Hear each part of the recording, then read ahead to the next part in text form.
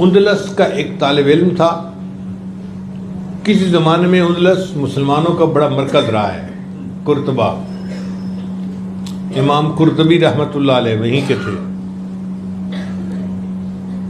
تو وہاں پہ ایک طالب علم تھا، اس کا نام تھا بقی الدین ابن مخلد رحمۃ اللہ علیہ. یہ واقعہ امام زاوی رحمۃ اللہ علیہ نے اپنی کتاب سیر اعلام النبلاء میں لکھا ہے، آپ خود بھی پڑھ سکتے ہیں.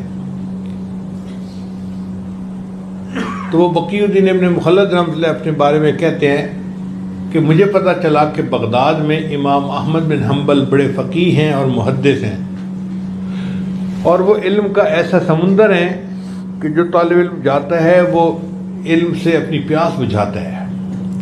تو میرے دل میں شوق پیدا ہوا کہ میں بھی جاؤں اور ان سے علم حاصل کروں. اس کے لیے میں اپنے گھر سے ایک گٹھڑی میں سامان لے کے نکلا اور میں نے ایک کشتی کرائے پہ لی، کیونکہ راستے میں سمندر پڑتا تھا. وہ کہتے ہیں کہ ہم کشتی میں چلے اور کشتی والا راستہ بھول گیا، اور سمندر سمندر ہر طرف سمندر. ہم طوفان میں گر گئے، اور طوفان میں تو پھر 12-15 فٹ اونچی لہریں آتی ہیں اور کشتی جو ہے وہ ہچکولے کھاتی رہتی ہے. کہتے ہیں کہ کشتی ہچکولے کھاتی تھی اور ہمیں الٹیاں آتی تھیں اور ہماری طبیعت خراب، اور ایسے لگتا تھا کہ ہم شاید خشک زمین کو دوبارہ نہیں دیکھ سکیں گے، کشتی پانی میں ہی ڈوب جائے گی. بڑے دنوں کے بعد بالآخر اللہ نے ہم پر مہربانی کی اور کشتی کنارے پر لگی. ہم نیچے اترے. میں نے پوچھا لوگوں سے کہ بھئی بغداد کہاں ہے؟ ان کا جناب وہ تو 700-800 میل دور فلاں جگہ پہ شہر ہے. تو بقی الدین کہتے ہیں کہ میں نے اپنی گٹھڑی اپنے سر پہ رکھی اور پیدل چلنا شروع کر دیا کہ یہ 600-700 میل کا سفر تو کوئی اتنی بڑی بات نہیں، میں پیدل طے کر لوں گا. اب آپ سوچئے کہ علم حاصل کرنے کے لیے 700 کلومیٹر چل کے استاد کے پاس پہنچنا تھا.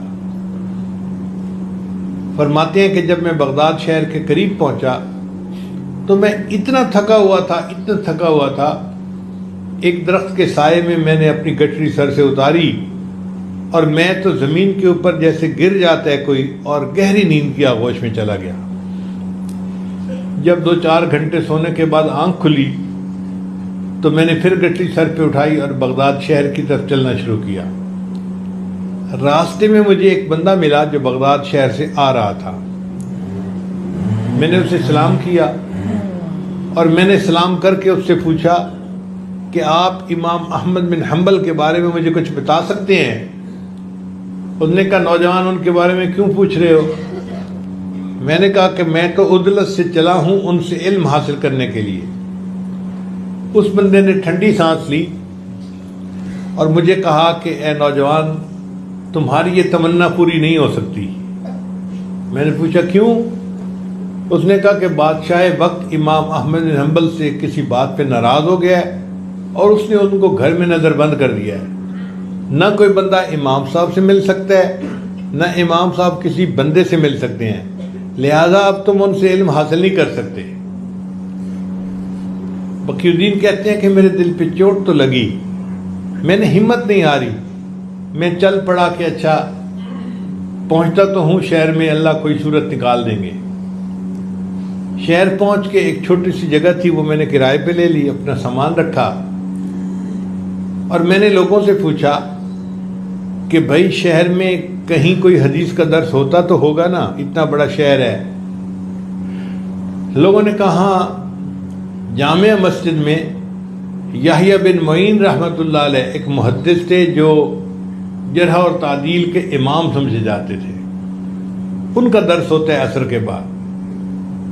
بقی الدین کہتے ہیں کہ میں وہاں پہنچ گیا کہ چلو کسی محدث کا درس حدیث سنتا ہوں.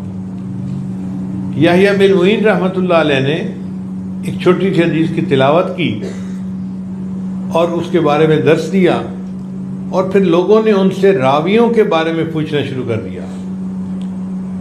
وہ چونکہ اسماء الرجال کے فن میں امام تھے، ماہر تھے، ہر راوی کے حالات جانتے تھے، تو انہوں نے بتانا شروع کر دیا فلاں راوی ثقہ ہے، فلاں راوی ٹھیک نہیں ہے، فلاں ٹھیک نہیں ہے، فلاں ٹھیک نہیں ہے، فلاں ٹھیک نہیں ہے۔ تو بقی الدین کہتے ہیں کہ جب انہوں نے ایک بندے کو جواب دے دیا نا، تو میں اٹھ کے کھڑا ہو گیا اور میں نے ان سے پوچھا جی کہ ہشام ابن عمار کے بارے میں آپ کیا کہتے ہیں؟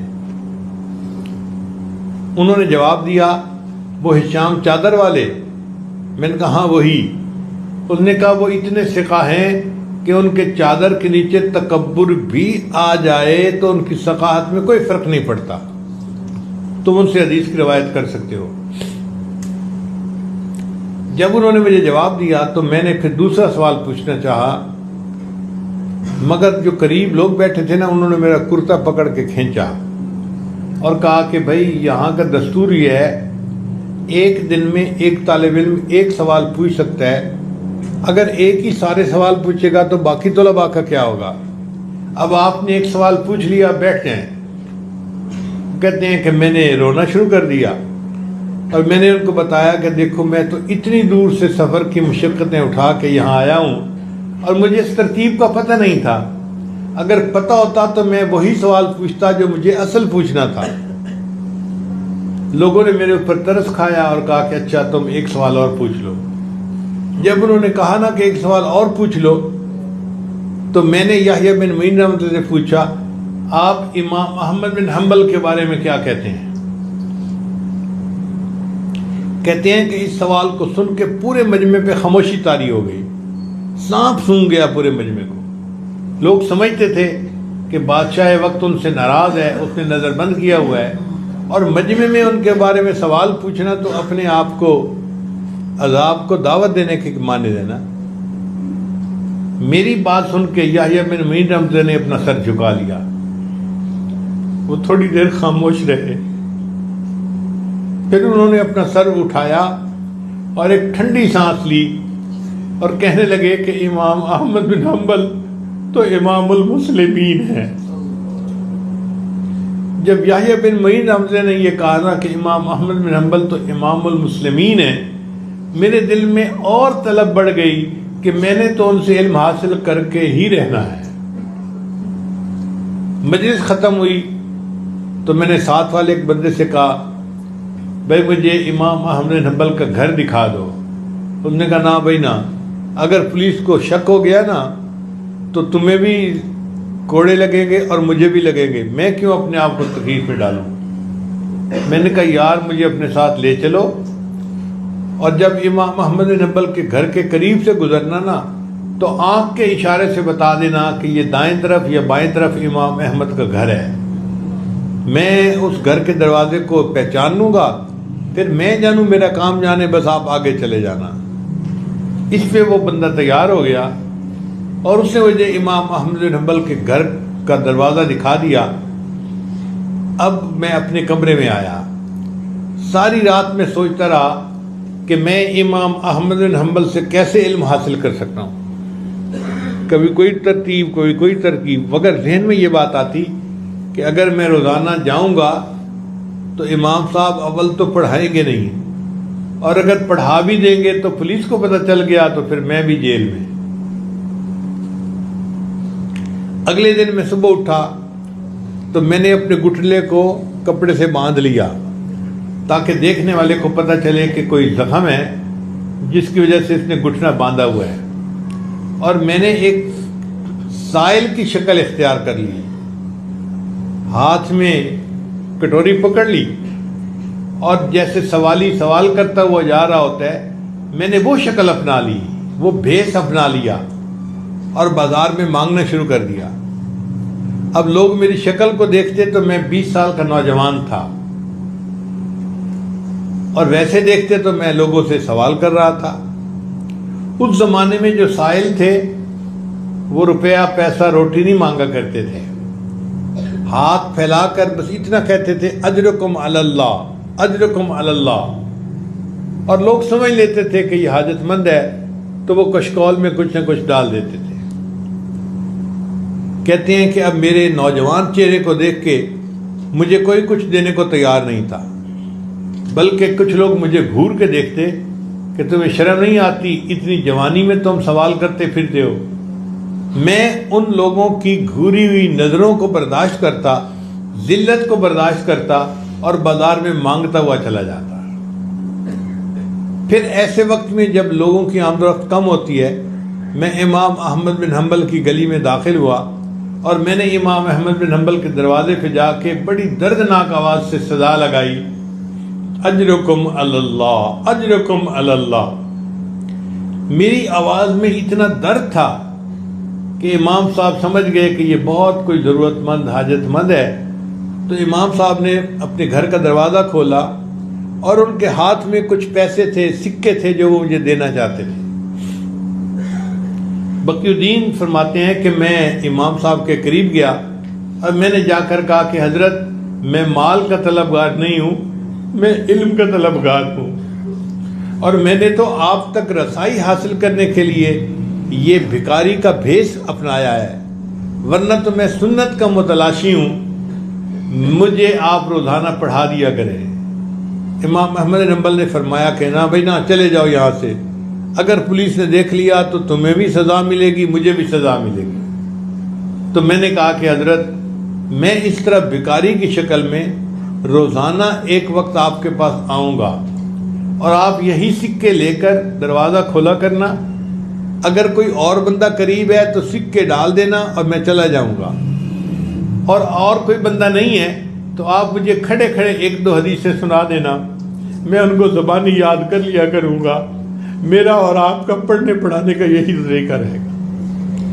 پورا 1 سال میں بغداد کی گلیوں میں بھیک مانگنے کے بہانے امام احمد بن حنبل سے چند حدیثیں روزانہ سنا کرتا تھا اور یاد کر لیا کرتا تھا۔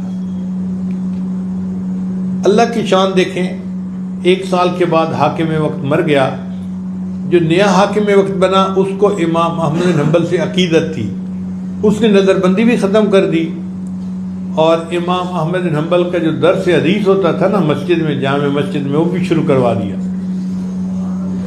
بقی الدین کہتے ہیں کہ عصر کے بعد میں جامع مسجد میں گیا تو اتنا رش تھا، جگہ ہی نہیں ملتی تھی۔ بڑی کوشش کے باوجود میں امام احمد بن حنبل کے قریب تو نہ پہنچ سکا، بس ذرا دور کھڑا ہو گیا۔ تو امام صاحب کی نظر مجھ پر پڑی تو امام صاحب نے مجمع کو کہا، اے مجمع کے لوگوں، اس نوجوان کو میرے پاس آنے دو، علم کا اصل طلبگار تو یہ ہے۔ اب آپ اندازہ لگائیے کیسے طلباء تھے جو علم حاصل کرنے کے لیے بھیک مانگنے کا بھیس اپنایا کرتے تھے اور پھر استاد سے پڑھا کرتے تھے۔